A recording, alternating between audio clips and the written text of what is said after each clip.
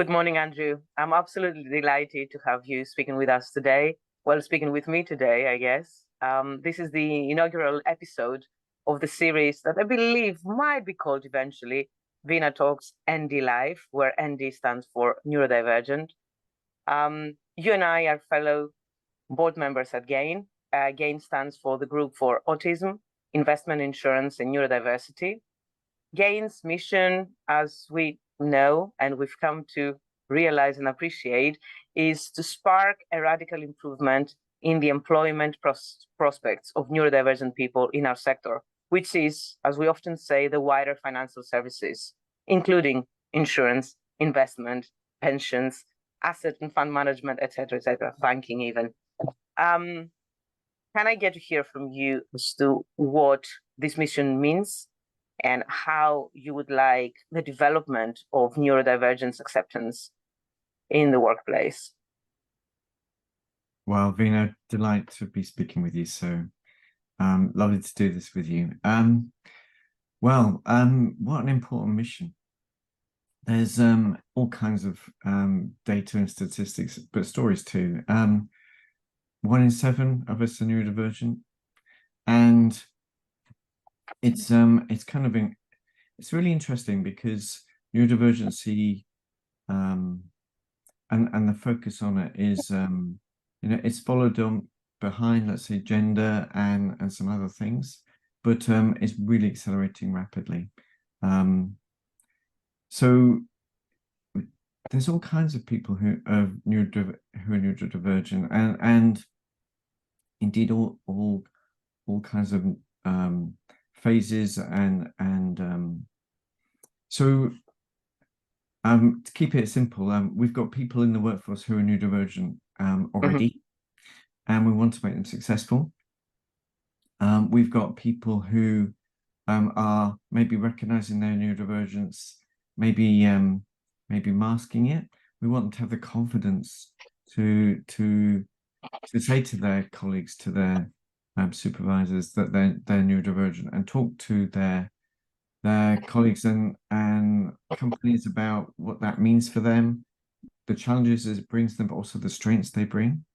And we want to make sure that companies can harness those strengths. In any team, it's all about understanding the skills and capabilities that you need and who brings them. Neurodiverse people bring some enormous strengths, and being able to harness those really ensures the success of teams and organizations. So we think it's a massive win-win. I'm super excited to be part of GAIN, working on this agenda with you. Absolutely. No, thank you. I love what you said about the two-way stream. It's a win-win indeed. Masking is massively, how can I say, decelerating in the sense that you have all this amazing potential. The role you're doing is quite often limited into a job spec, and people do acknowledge there's so much more they can potentially be doing. But of course, there is a barrier, and the barrier stands in the name of potentially having to mask all these extra skill sets or attitudinal tendencies that they don't feel a part of this job spec. And at the same time, I find often that the employers are crying out for extra productivity, for additional talent, almost blinded to the fact that this talent might very well reside in their own existing pool of employees. And there's reasons, as we said, fear, sometimes not really appreciating whether they would be accepted. And ultimately, what I've seen in my own sort of experiences, this lack of utilization of people's wider range of skill sets.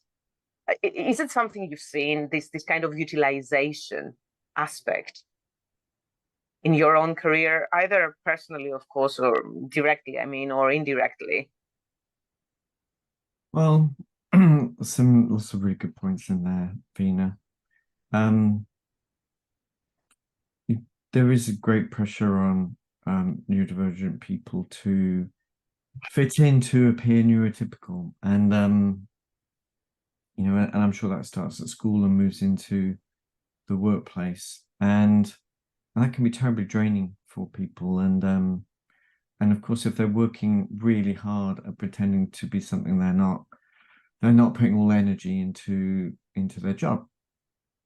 So often creating a psychologically safe workplace is really important, and lots of companies are working on that. Lots of progress has been made, not just for neurodiversity, for other aspects of diversity, and so people can bring their whole selves to work. And that's leading, as you say, to more people having the confidence to be their authentic selves and to talk about their neurodiversity.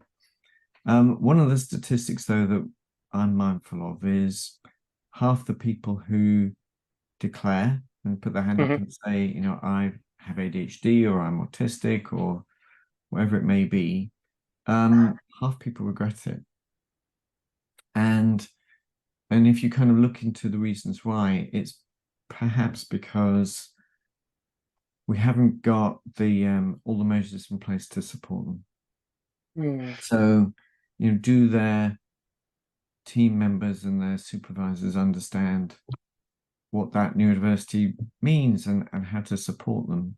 Have we put in place any adjustments that we need to? For example, have we helped them with their hours, so maybe they don't need to commute in the rush hour, or have we given them some headphones they can wear so they can not be distracted by the noise in the office? Or have we given them some software so that they can find it easy to read the emails that sent their way? Whatever, it will vary, and it'll always be individual.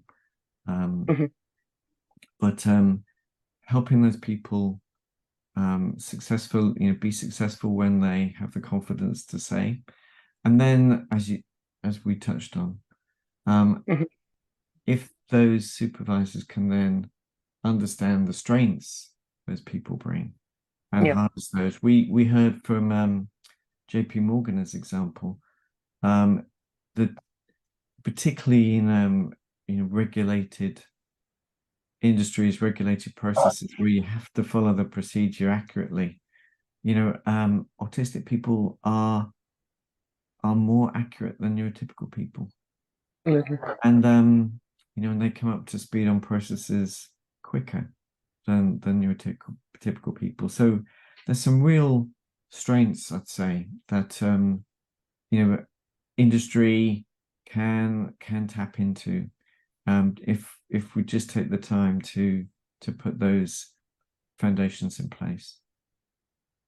And so beautifully said, it's the foundations, it's not the adjustments, because I quite often find we are really finding ourselves stagnating around the pool with a label of reasonable adjustments, when really what we ought to be doing is look at the wider picture, which is this respect, this curiosity, this acceptance, this let me understand you more, you know, better, or help me to see that. It's almost the evergreen sort of point about you didn't understand a question, just ask for this question to be clarified or repeated. There seems to be a social pressure on, no, you've got to get everything right or on the point from the first sort of time you hear something, which I find it extremely, you know, I find extremely stifling and really non-progressive. And such an attitude sort of stops any further dialogue, and essentially potentially gives a genesis of more of misunderstandings, because is it an arrogance, or is it a point of, again, fear, or not really experiencing, as you said, a psychologically safe environment that stops you from wanting to clarify and get yourself the chance to fully appreciate something, that you keep on running with something that's from the get-go wrong. And that creates, obviously, a vicious circle. If I heard you correctly, by the way, did you say that half of the people who speak about their neurodivergence regret it? Did you say regret? That's right. Yeah, that's incredible. I didn't know this statistic. And you know, as a behavioral economist, I have quite a fascination about data and statistics. Yeah. I didn't know this, and I feel even stronger now about the whole sort of movement we're trying to create as GAIN, but also individually, collectively, no matter, irrespective of gain as a name of a community, any other community, my wish, my inner wish, and I'm digressing in my usual sort of fashion, but my wish would be to bring all these pockets of communities together, especially in sectors that appreciate the idiosyncrasies and the ways of behavior and expectations in this specific industry.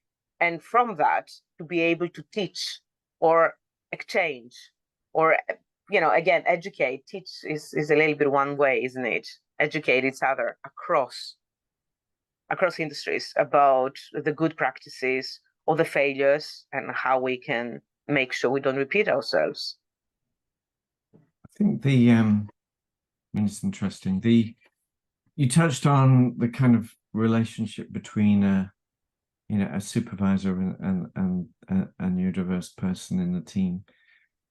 And I think the supervisors, of which many people become, it's worth just being thoughtful about their role. They might be nervous, as you say, to take on someone in their team who they don't quite understand. And they may be nervous about doing something wrong. And no one wants to make a mistake, and no one wants to make a mistake with a team member. So there's probably quite a lot of people who are fearful and through lack of understanding or whatever it may be. And as you say, when you look at what's actually needed and the kind of adjustments that are needed, often it is things like, famously, sending out an agenda for a meeting, so the neurodiverse person doesn't come along and then wonder, worry about what it might be, or as you say, giving them, allowing them to wear headphones in the office, so they, many neurodiverse people have very acute sense of hearing, so they can focus on the task in hand. Or I think the most common adjustments are free, and then the average price is like $200 or something. It's kind of nothing. And but then it kind of,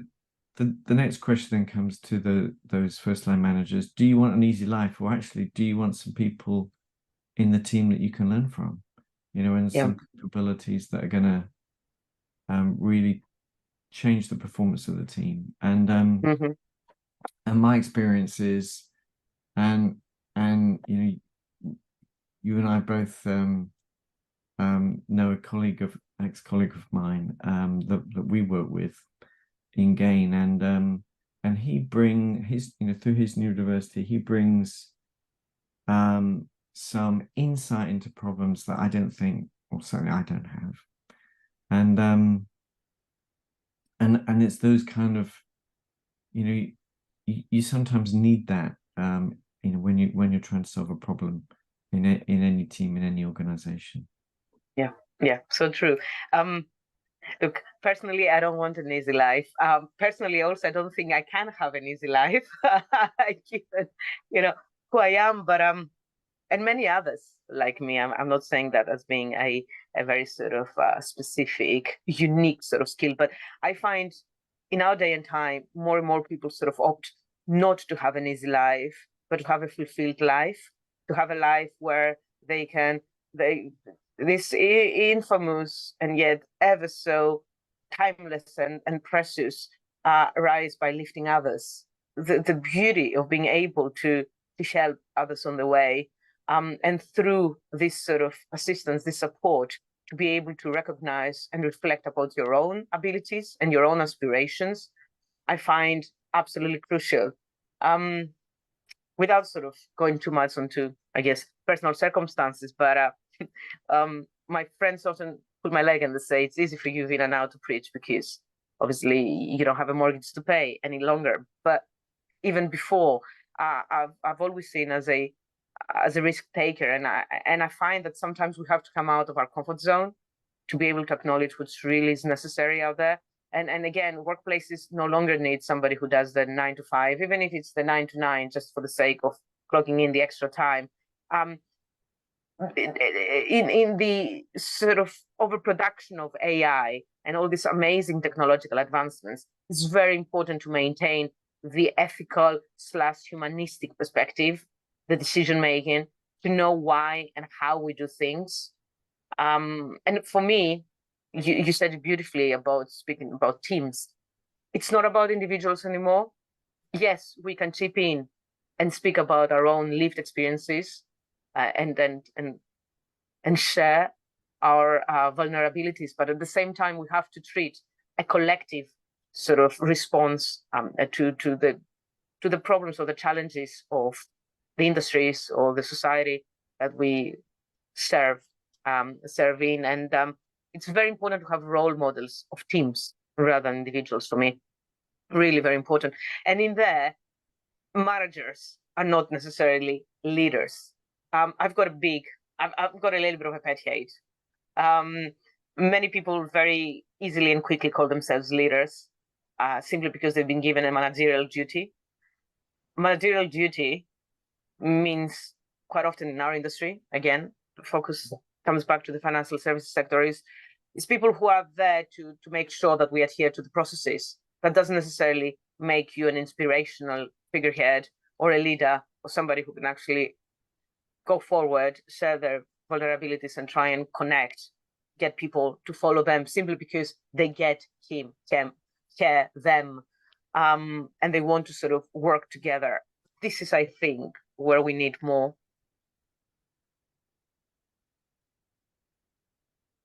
Well, I guess the question is, how do you inspire people to do their best? And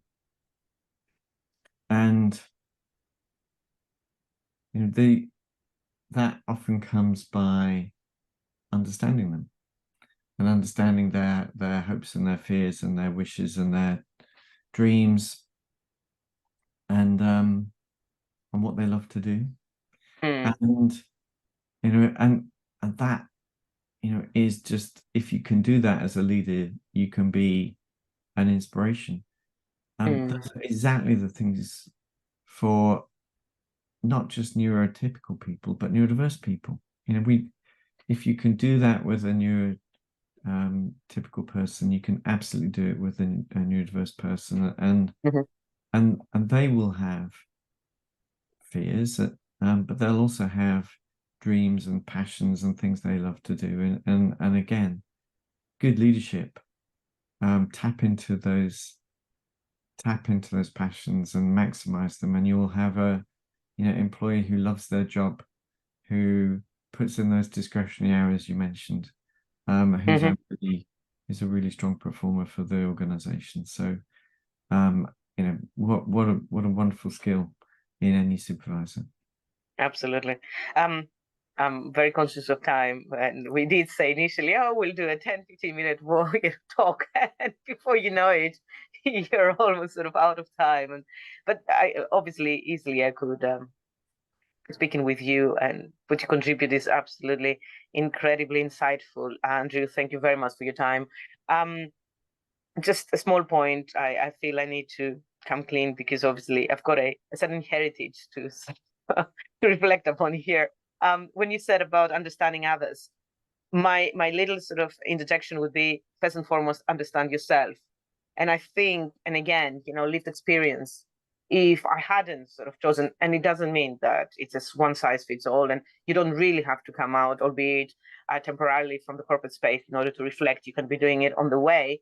And for those who can, I couldn't, I didn't. I have a lot of respect and credit for, but ultimately, I gave myself the opportunity to reflect upon taking that career break. And for me, it was very important to see what kind of a person I was. Was I just a manager? Was potentially a leader?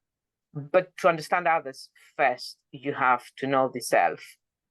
And I'm not obviously there yet, but I'm definitely very much in a mindful sort of journey of being able to identify the things that really continue, being the fire in my belly, basically. And again, for those of us with dependents, for those ones with children, and again, that's a very wide notion.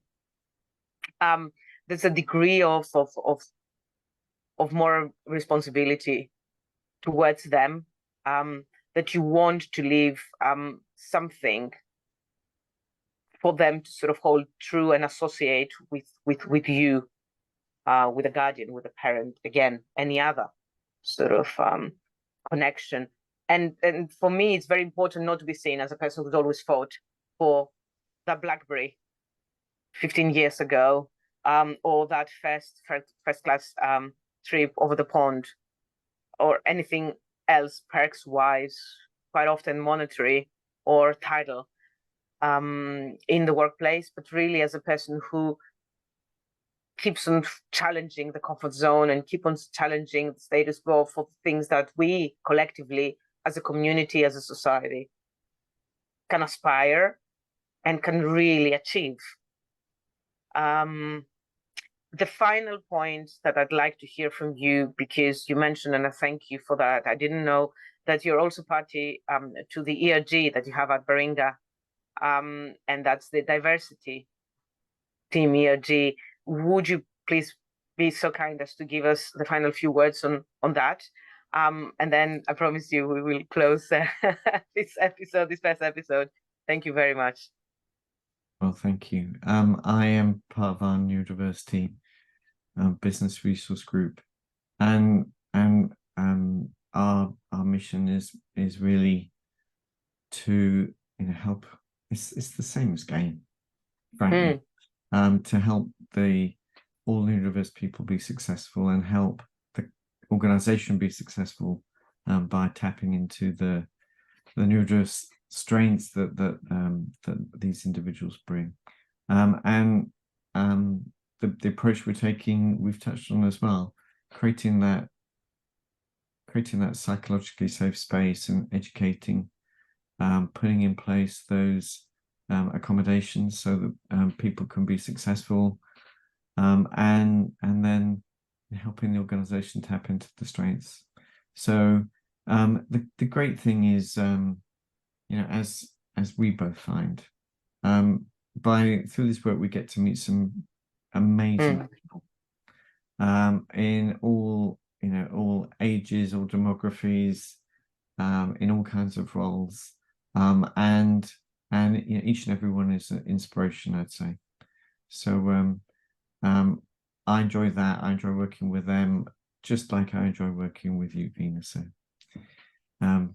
thanks for the opportunity this morning. Thank you very, very much for your time. Thanks so much for the data. I found this, have people regretting it, absolutely mind-blowing, and something that obviously will enhance, no doubt, further activities from the side of GAIN and our individual as well as corporate members. I'm looking forward to the next sort of discussion from this series. Hopefully people will find that engaging and somewhat informative. But if anything, we'd like people to find it encouraging and somewhat inspirational. So on that point, look after yourself, have a wonderful rest of the week, and see you soon. Bye-bye.